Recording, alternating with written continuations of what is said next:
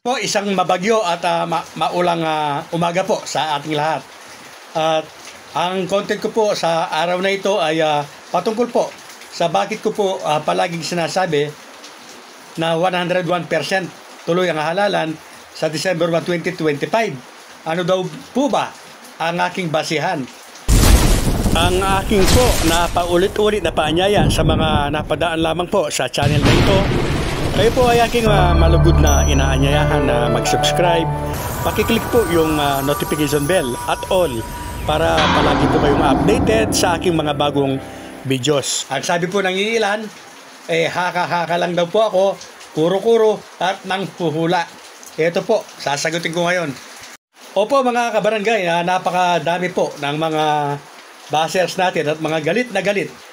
Lalong-lalo na nga po kapag sinasabi ko, o palagi kong sinasabi, yung mga panghuli ko po sa aking content na base po sa Supreme Court ruling, dahil wala pang batas, ang halalan ay matutuloy po sa December 1, 2025. Yan po ang mga bagay na kinagagalit po ng iilan. Pag-aralan po natin na mga kabarangay, itong mga pahayag ni COMELEC Chairman George Garcia nito pong mga nagdaang mga araw. Halos consistent po yung mga sagot niya sa mga tanong sa ng mga reporter na nakahanda po o handang-handa po ang COMELEC. Kung napanood po ninyo yung latest interview po sa kanya ni DJ Chacha at ni Sir Ted Pailon, mga kabarangay, bagamat hindi po malinaw yung mga sinasagot o sagot po ni Chairman Garcia kay Sir Ted Pailon. Natatawa nga si Sir Ted Pailon kay Commissioner.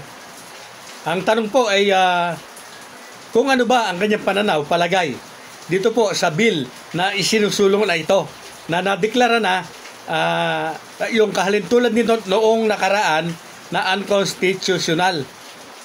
Ang sagot po niya wala daw pong pakialam ang COMELEC dahil ito po ay political decision. Bagay na hindi naman po natin siya masisisi. Although independent body yan may rumerende pa rin po dyan. At napansin din po natin sa kanyang mga sagot na talagang alam po ni Chairman Garcia. Kasi nga po, napakagaling na election lawyer yan na kapag naging Republic Act po ang term setting bill na ito, alam po niya at sigurado po siya na makakarating nga ito sa Korte Suprema. Bagamat hindi po siya nagbanggit ng pangalan kung sino yung magpipetisyon. Ang sabi lamang po niya ay baka po mayroong registered voters na ko-contest dito. Hindi po ba? At bilang isang magaling po na isang magaling na abogado at election lawyer nga po, napapansin o nababanaag natin sa kanyang mga panalita na bagamat limitado ay alam na alam po niya na kapag ito po ay tumagos nakarating po ng Korte Suprema, ito po ay idideklara na unconstitutional nga dahil ang batas nga po ito ay nagtatago lamang sa pamagat na term setting bill o fixed term. At ang nilalaman, ayaw nga po kay Atty. Makalintal, pagpo-postpone, pagpapahaba ng termino, hold over capacity na labag po sa saligang batas. At ayon din po sa sinasaad ng saligang batas, pwede lamang daw po ma-postpone ang halalan kung may compelling reason. Ano po ba ang mga yan? Siyempre po, isa na dyan ang isang malawakang digmaan, sigurado. Isang malawakang kapinsalaan, dulot halimbawa po ng kalamidad. Yes po, maaari yan po ay yung mga tinutukoy na compelling reason o reasonable, katanggap-tanggap po na reason, mga kabarangay, para ma-postpone po ang isang halalan. At sinasabi rin po na hindi po pwedeng ipagpaliban ang isang halalan kung ang pinag-uusapan lamang ay budget. hindi rin pwedeng ipagpaliban ang halalan. Ang kung pinag-uusapan po dito ay political stress o yung pagkakasunod-sunod ng mga halalan. Hindi rin daw po pwede na gawin po itong basihan para yun nga po mag-postpone ng halalan. So yan po mga kabarangay, ang mga patunay po na talagang hindi na po mapopospone ang halalang ito. Hindi na po mangyayari yung nangyari noon. Ang iba naman po ay namamag-asa na yes po, naniniwala daw sila na mapupunta o matutuloy ito sa Supreme Court. Pero lagi akong tinatanong ng mga kapito ko, sigurado ka bang agad matatapos yan? Kailan matatapos ng Korte Suprema yan?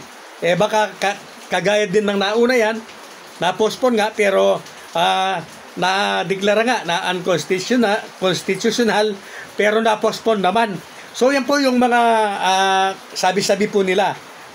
Siyempre po talagang gustong-gusto po ng mga yan na ma-postpone talaga ang halalan. Dahil alam nila, tsoksaka, talo na po sila kapag natuloy sa December 1. Na malamang po sa alamang, matutuloy na nga po sa December 1, 2025. Wala na po makakapigil dyan. At yung iba naman po ang sinasabi, hindi daw po deterrent or hindi daw po ebidensya or hindi daw po batayan o pwedeng basihan na ang paghahanda po ng COMELEC ay hindi po ibig sabihin na matutuloy daw po ang eleksyon sa December 1. Natural lamang daw po na maghanda ang COMELEC dahil daw po yan ay kanyang trabaho. Kaya nga merong registration, merong filing of certificate of candidacy, merong gun ban, merong campaign period, at nakatakda nga ang halalan December 1, 2025. Ayun ako. Talaga po, yan po ang napakahirap po na matanggap o hindi po matanggap ito. Talagang hindi po madali na matanggap ito ng mga kapit po ko. Sabi ko nga po, dahil talagang asang-asa po ang mga yan. Mantakin mo nga naman, baka term na si kapit ko. At hindi, siyempre hindi naman siya agad-agad na kakalabanin niya baka ang kapitan niya kung kagawad siya. At kung kapitan naman siya, bababa siya bilang kagawad. At dahil nga wala rin ginawa, takot din siyang matalo kahit kagawad lang. Kaya ang gusto ay ma-postpone ang halalang ito. Lalo na 6 years, isipin mo, 3 years term ng kapit ko. Dadagdagan pa ng 6 na taon. Hindi na kapit ko yun, permanent na. Karagdagan lamang po, maraming salamat po sa mga tumatangkilik po sa aking mga content patungkol po sa tips, paano po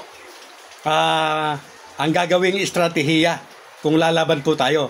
Maraming salamat po sa mga tumatangkilik nga, kakandidato man po o hindi. Kayo po yung nagpapalakas ng loob ko para gumawa pa po ng content ng kahalintulad ng mga yan. Doon naman po muli sa mga aayaw-ayaw pero keme-keme lang pala. Napansin ko kasi yung ibang haters at baser ko na sinasabihan ko ng wag manood, wag nilang panonoodin yung video ko. Pero sila pa yung nauuna na nanonood at nagko-comment.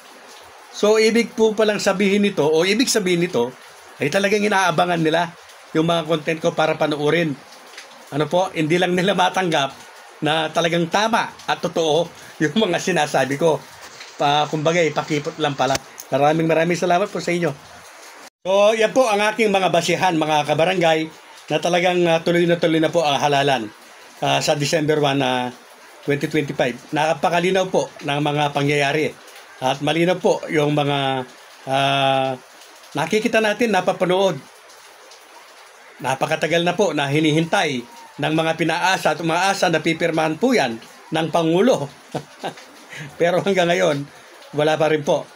Nanawagan na rin po si Senador Chis Escudero. At ngayon nga po, latest ang nananawagan ay itong si Madam Amy Marcos na pirmahan na daw dapat o sana ng Pangulo ito. Pero kagaya po ng content ko na nauna na, dinedma lang ito ng ating Pangulo. Mga kabarangay, kung ito po ay pwedeng lumusot at kung ito po ay pwede talagang maging ganap na batas, matagal na pong pinirmahan niya ng Pangulo or matagal na pong naipasa yan, sabi ko nga, bago pa sana mag-midterm election, napasa na yan. Kaya lang po, hindi po magiging ganap na batas yan dahil nga po may nilabag o may lalabagin po sa ating saligang batas. Mga kabarangay, ang halalan po ay tuloy na 101% sa December 1, 2025. Coindesk Ring.